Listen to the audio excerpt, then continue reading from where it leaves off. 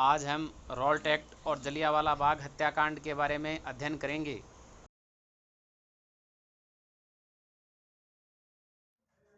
भारत सुरक्षा कानून यानी जो प्रथम विश्व युद्ध के समय की बात कर रहे हैं हम। फर्स्ट लिख देता हूं, फर्स्ट विश्व युद्ध। इसके समय एक कानून था भारत रक्षा कानून। इसके द्वारा क्रांतिकारी गतिविधियों को दबाया जा रहा था।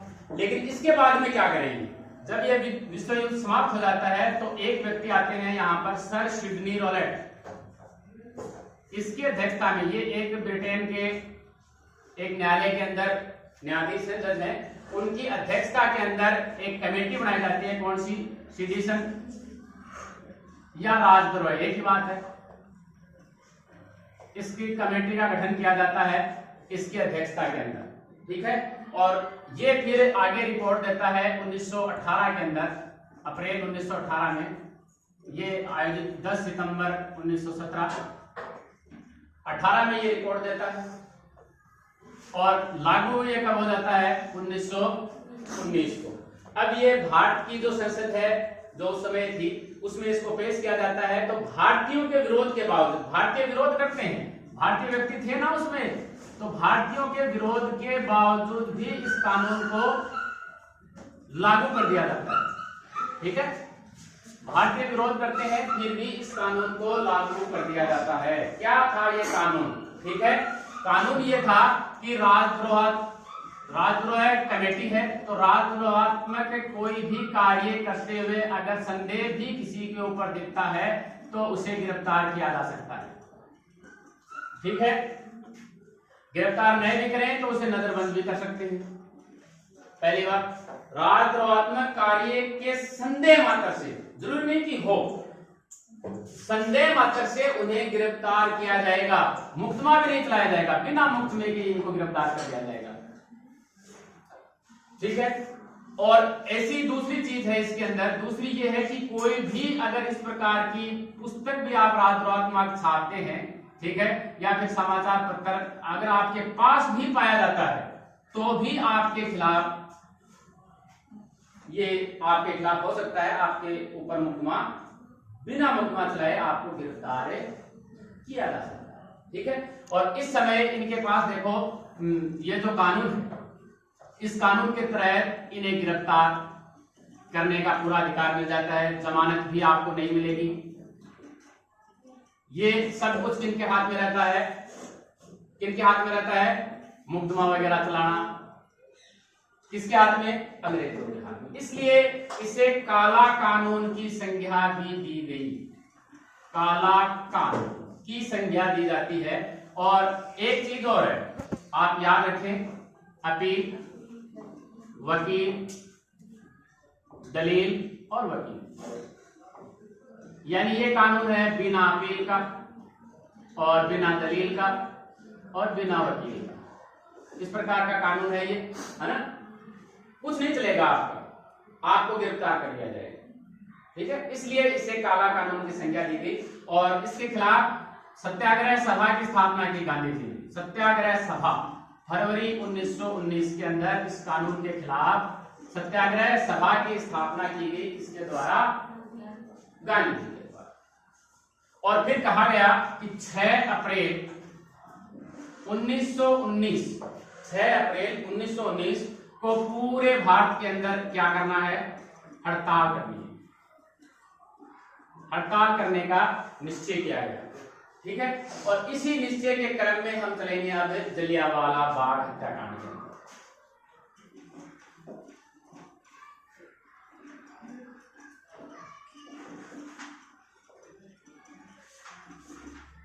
6 अप्रैल, ठीक है। अब 6 अप्रैल के दिन अमृतसर के अंदर, हम अब अमृतसर पंजाब की तरफ चलेंगे, वहां पर विभिन्न जुलूस वगैरह, ठीक है, हड़ताल वगैरह, इनका आयोजन किया गया। तो जो डायर हैं उनको आश्चर्य हुआ, डायर को, इससे कि देखो ये सब कुछ क्या हो रहा है, ठीक है। तो 2 व्यक्ति हैं, देखो यहाँ पर, डॉक्टर हैं दोनों, सत्यपाल और दूसरे डॉक्टर हैं सैफुद्दीन किचलू।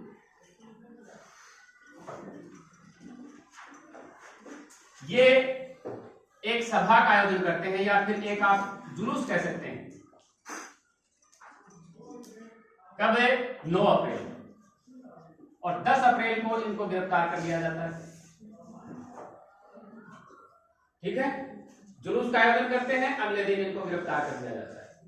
अब सरकार का दमन चक्कर चलता है यहां पर इनके ऊपर, तो सरकार का दमन चक्कर। ठीक है, दूसरा रोल्ड एक्ट का विरोध, और तीसरा इन दोनों की गिरफ्तारी, है ना। इनके खिलाफ, ठीक है, इन तीनों सरकार का दमन चक्कर, रोल्ड एक्ट के विरोध करने के लिए और इनकी गिरफ्तारी के लिए, इन दोनों की गिरफ्तारी के विरोध में 13 अप्रैल को एक सभा का आयोजन किया करेंगे। ये घोषणा करते हैं कि 13 अप्रैल को हम एक सभा का आयोजन करेंगे, और ये जानकारी अंग्रेजों को लग जाती है। ठीक है, अंग्रेजों को जानकारी लगेगी, उन्हीं का एरिया है। तो डायर को फिर अमृतसर की पूरी छूट दी जाती है कि आप अमृतसर में जैसा आप उचित समझें वैसा करें।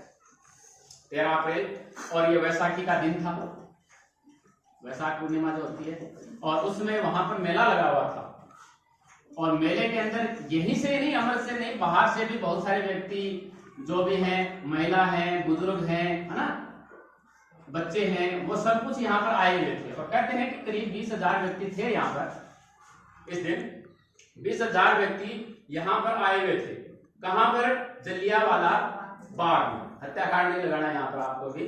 जलियांवाला बाग में आए हुए थे, और कहते हैं कि साढ़े 5 बजे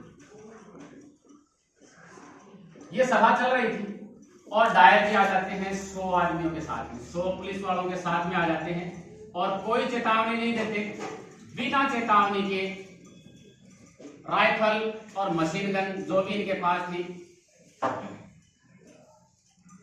क्या कर देते हैं जी? गोलीबारी कर देते हैं। बताया ही नहीं, गोलीबारी शुरू कर दी। अब कहते हैं कि इसके अंदर जो ये जलियांवाला बाग था, इसके अंदर 3 तरफ तो मकान थे। ठीक है, मकान 3 तरफ थे, और एक तरफ की हम बात करें तो एक तरफ 2 दरवाजे थे 4 फुट के। कितनी जगह हो सकती है?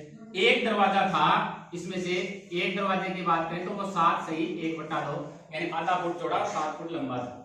अब इसमें से कितने व्यक्ति बाहर जा सकते हैं अगर इस प्रकार से गोलीबारी का आदेश दे, है ना? तो इतने सारे लोग थे।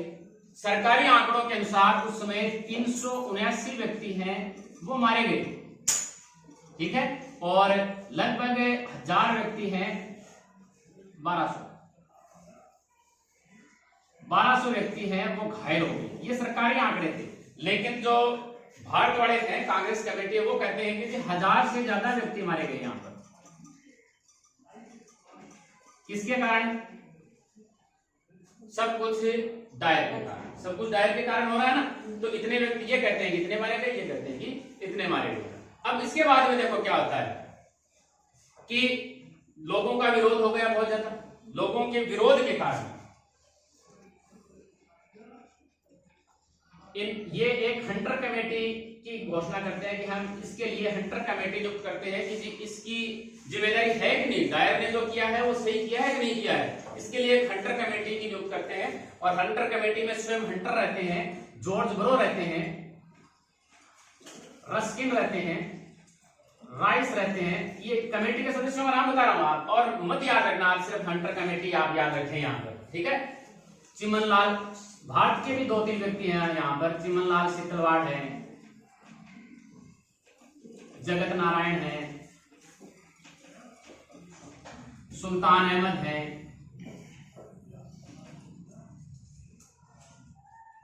साजी सुल्तान, ये साजी पहले, साजी सुल्तान अहमद, चिमनलाल, ये व्यक्ति रहते हैं किसके अंदर? इस हंटर कमेटी में। और ये हंटर कमेटी किसके लिए? डायर के लिए, कि डायर जैसे व्यक्ति हैं वो दोषी हैं कि नहीं, ठीक है। और इसके बाद में क्या होता है, देखो, इसके पहले अंग्रेज ये चाह रहे थे कि डायर को कहीं निर्दोष घोषित न कर दे ये कमेटी। इससे पहले ही एक इंडिमिग्रेट बिल पहले ही पारित कर दिया जाता है, और इनको कह दिया जाता है कि ये निर्दोष, ये बिल पहले पास कर दिया जाता है, कहीं ये कमेटी इनको दोषी न करार देते, इसलिए ये इंडिमिग्रेट बिल मिलिट्री बिल पास कर दिया जाता है। किसके खिलाफ? हंटर कमेटी जो भी ये कर रही है। और हंटर कमेटी है वो कहती है कि उस समय पंजाब में मार्शल लॉ लगाना पड़ा और जो भी गोलियां चलाई गई वो ज्यादा चलाई गई, यानी जो भी इसने उचित समझा डायर ने वो किया, लेकिन इसने अपने अधिकारों का उपयोग आवश्यकता से कुछ तर्कसंगत जो भी था उससे थोड़ा सा ज्यादा किया, लेकिन जो भी उसने किया वो उचित किया। ये रिपोर्ट थी किसकी? हंटर कमेटी की। इसके खिलाफ कांग्रेस भी एक समिति की घोषणा करती है। इसकी अध्यक्षता में मदन मोहन मालवीय की अध्यक्षता में, मदन मोहन मालवीय की अध्यक्षता में इसके खिलाफ एक कमेटी कांग्रेस भी करती है कि हम भी इसकी रिपोर्ट देंगे। और ये जो रिपोर्ट दी थी, इस रिपोर्ट को महात्मा जो गांधी है, गांधी इसे कहते हैं पन्ने दर पन्ने, सरकारी लिपापोती, पन्ने दर पन्ने, निर्लज, बीच में जोड़ देता हूं, निर्लज सरकारी लिपापोती, ये संज्ञा देते हैं कौन? महात्मा गांधी। किसको? Hunter committee. ठीक है। और ब्रिटिश, देखो दो प्रकार के सदन है, हमारे भी यहां दो प्रकार के सदन है, उसी प्रकार के दो प्रकार के सदन कहां है? इंग्लैंड में भी। एक तो हाउस ऑफ लॉर्ड्स है और एक हाउस ऑफ कॉमन्स है। तो हाउस ऑफ कॉमन्स का ये सदस्य, एक सदस्य यहां पर कहता है कि ये इस प्रकार का बर्बरता पूर्वक दृश्य विश्व के अंदर और कहीं देखने को नहीं मिला कर, इस प्रकार का बर्बर हत्याकांड था। जबकि लॉर्ड्स, हाउस ऑफ लॉर्ड्स है, ये इसकी प्रशंसा करता है। इसकी जनरल डायर की प्रशंसा करता है। और इसके बाद में जैसे ही ये यहां से जाता है तो इसे ब्रिटिश साम्राज्य का शेर कहा जाता है। ब्रिटिश साम्राज्य का शेर किसे कहा जाता है? हाँ, एक तो ये कहा जाता है इसे ब्रिटिश साम्राज्य का शेर, और स्वॉर्ड ऑफ ऑनर से इसे सम्मानित किया जाता है। और 20,000 पाउंड की धनराशि भी इसे दी जाती है। इसको जनरल डायर को दी जाती है। अब ये यहां पर ये कमेटी बनी मदन मोहन मालवीय की अध्यक्षता के अंदर। इसके अंदर महादेव देसाई हैं, मोतीलाल नेहरू हैं, मोतीलाल नेहरू, ये इनके और सदस्य होते हैं। और ये कहते हैं कि जनरल डायर द्वारा भावावेश में उठाया हुआ कदम था ये जो कुछ है वो जनरल डायर के द्वारा भाव आवेश में आ गया और इसके कारण ये इसने इस प्रकार से कदम उठाया। तो ये है। अब इसके अंदर देखो और क्या होता है। रविंद्रनाथ टैगोर, दो व्यक्ति यहाँ पर थोड़ा सा और कर देता हूँ। एक तो टैगोर है, टैगोर को नाइट की उपाधि मिली थी तो नाइट की उपाधि को त्याग देते हैं। जलियांवाला बाग हत्याकांड के विरुद्ध में टैगोर हैं, वो नाइट की उपाधि छोड़ देते हैं। और एक शंकर नायर है, ये वायसराय की कार्यकारिणी के सदस्य थे उस समय, तो वहां से ये त्याग पत्र दे देते हैं। वायसराय कार्यकारिणी से त्याग पत्र दे देते हैं। और एक व्यक्ति है C.F. एंड्रयूज, ये कहते हैं इसको जानबूझकर की गई क्रूर हत्या, जानबूझकर की गई क्रूर हत्या की संज्ञा देते हैं। C.F. एंड्रयूज को क्या कहा जाता है? बताया था ना आपको पहले, दीनबंधु कहा जाता है। C.F. एंड्रयूज जिनको दीनबंधु कहा जाता है, ये इसे क्या कहते हैं?